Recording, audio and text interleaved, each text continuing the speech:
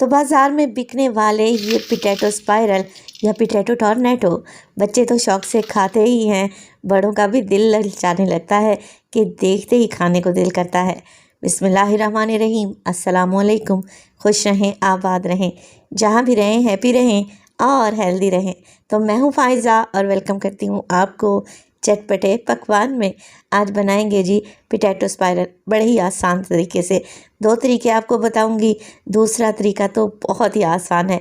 घर में बेहतरीन से पोटैटो स्पाइरल आप आसानी से बना सकते हैं। तो रेसिपी को एंड तक देखें, अच्छी लगे तो लाइक कर दें और चटपटे पकवान को सब्सक्राइब भी कर लें। तो चलें फिर रेसिपी स्टार्ट कर लेते हैं। तो क्रिस्पी टेस्टी पोटैटो स्पाइरल बनाने के लिए सबसे पहले तो मैंने आलू ले लिए हैं। मैं 5 अदद आलू ले रही हूँ। आप अपनी फैमिली के हिसाब से आलू ले सकते हैं। अच्छा, आलू छोटे साइज़ के लेंगे तो पोटैटो स्पाइरल ज़्यादा अच्छे बनकर तैयार होंगे। आलू को छील लें और 2 से 3 पानी में वॉश कर लें। सबसे पहला तरीका तो मैं आपको ये बताऊंगी कि आप छुरी की मदद से कैसे पोटैटो स्पाइरल बना सकते हैं। तो यहाँ पर आपको चाहिए होंगी वुडन स्टिक्स, जो कि हर जगह से आराम से मिल जाती हैं।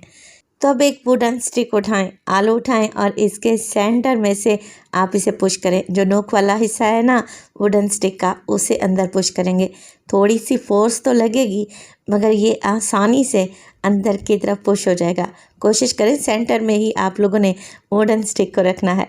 चलें जी, अब एक चाकू या तेज़ छुरी ले लें और बस आपने कुछ भी नहीं करना, आलू को गोल गोल घुमाते जाएंगे तो बारीक बारीक से यहाँ पर स्पाइरल बनते जाएंगे।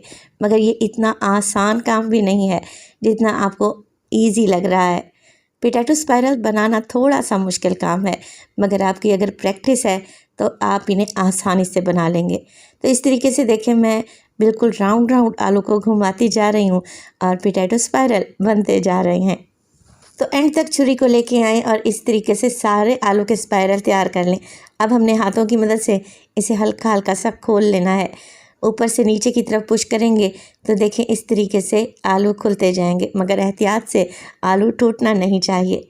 अब जो ये स्पाइरल मैंने बनाया है ज़्यादा नीट भी नहीं है, और देखें जो आलू की कटिंग हुई है वो बहुत ज़्यादा पतली भी नहीं हुई, क्योंकि मैंने इसे मशीन के बग़ैर बनाया है। ये तो था मुश्किल तरीका। अब आ जाते हैं आसान तरीके की तरफ। तो जो आलू बच गए थे उनमें मैंने डाला है पानी।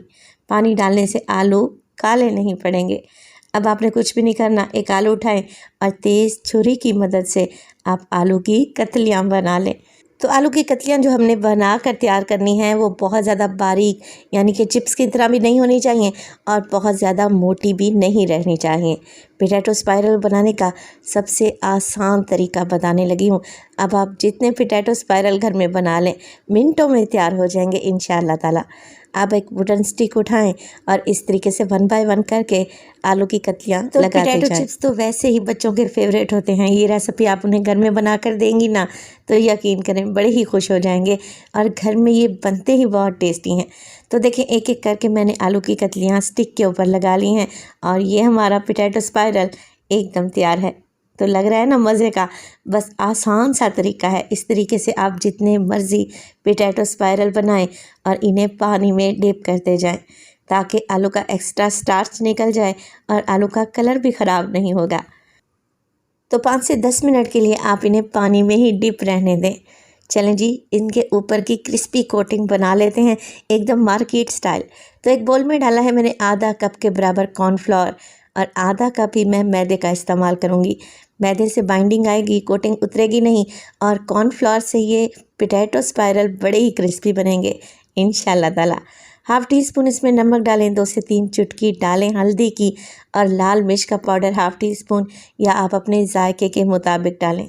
मैं चाट मसाले का भी इस्तेमाल करूँगी हाफ़ टी स्पून, जिससे मज़ीद चटपटा करारा सा टेस्ट आएगा। मिक्स कर लेते हैं सारी चीज़ों को, और पानी डालते हुए आप लोगों ने इसका पतला सा घोल बनाकर तैयार कर लेना है, जिसमें गुठलियाँ बिल्कुल भी नहीं रहनी चाहिए। अच्छे तरीके से मिक्स करें। देखें मैं इस कोटिंग की आपको कंसिस्टेंसी चेक करवा देती हूँ। ना बहुत ज़्यादा गाढ़ा है और ना ही बहुत ज़्यादा पानी की तरह पतला। चम्मच की बैग इससे अच्छे तरीके से कोट हो रही है। बस आप लोगों ने इतना ही इसे थिक रखना है। आलू जो हमने पानी में भिगो कर रखे हुए थे उन्हें निकाल लें और निकालने के बाद आप इन्हें 5 मिनट के लिए किसी स्ट्रेनर में डाल कर रखें ताकि इनका एक्स्ट्रा पानी निकल जाए। चलें जी, अब कोटिंग कर लेते हैं। एक एक स्पाइरल उठाएं और चम्मच की मदद से इस तरीके से आप लोगों ने इस पर ये घोल या लिक्विड डालना है जो कि अभी हमने बना कर रखा हुआ था। तो आप लोग देख रहे हैं एक हल्की सी लेयर कोटिंग की बनी है। बहुत ज़्यादा थिक कोटिंग कर लेंगे ना तो आलू के ये स्पाइरल क्रिस्पी नहीं बनेंगे। बस चम्मच की मदद से हल्का हल्का सा आप ये बैटर डालते जाएं ताकि आलू सारे ही बिल्कुल बारीक कोटिंग से कोट हो जाए। और रेसिपी स्टेज पर ज़रा सी भी अच्छी लग रही हो, रेसिपी को लाइक कर दिया करें और चटपटे पकवान को सब्सक्राइब भी कर लें। आप सब लोगों का बेहद शुक्रिया। ऑयल को गरम करेंगे मीडियम टू हाई फ्लेम पे और इस तरीके से एक बड़ी सी कढ़ाई लें जिसमें पूरा पोटैटो स्पाइरल आ जाए। एक एक करके आप पोटैटो स्पाइरल डालते जाएं जितना आपकी कढ़ाई का साइज़ है। 1 से 2 मिनट के लिए तो इन्हें बिल्कुल भी ना छेड़ें, जो कोटिंग है वो उतर भी सकती है। गरम ऑयल को इनके ऊपर उछालेंगे तो कोटिंग इन पर चिपक सी जाएगी। 2 से 3 मिनट के बाद आप इनकी साइड को चेंज करें, मीडियम टू हाई फ्लेम रखें और इसी तरीके से उलटते पुलटते हुए आप ये पोटैटो स्पाइरल फ्राई कर लें। अब आपको बाज़ार से ख़रीदने की बिल्कुल भी ज़रूरत नहीं है, घर में जितने मर्ज़ी बना लें, बेहद टेस्टी बनेंगे और इंतहाई क्रिस्पी बनेंगे इंशाल्लाह ताला। देखें एक साइड गोल्डन हो चुकी है तो मैं साइड को चेंज करने लगी हूँ।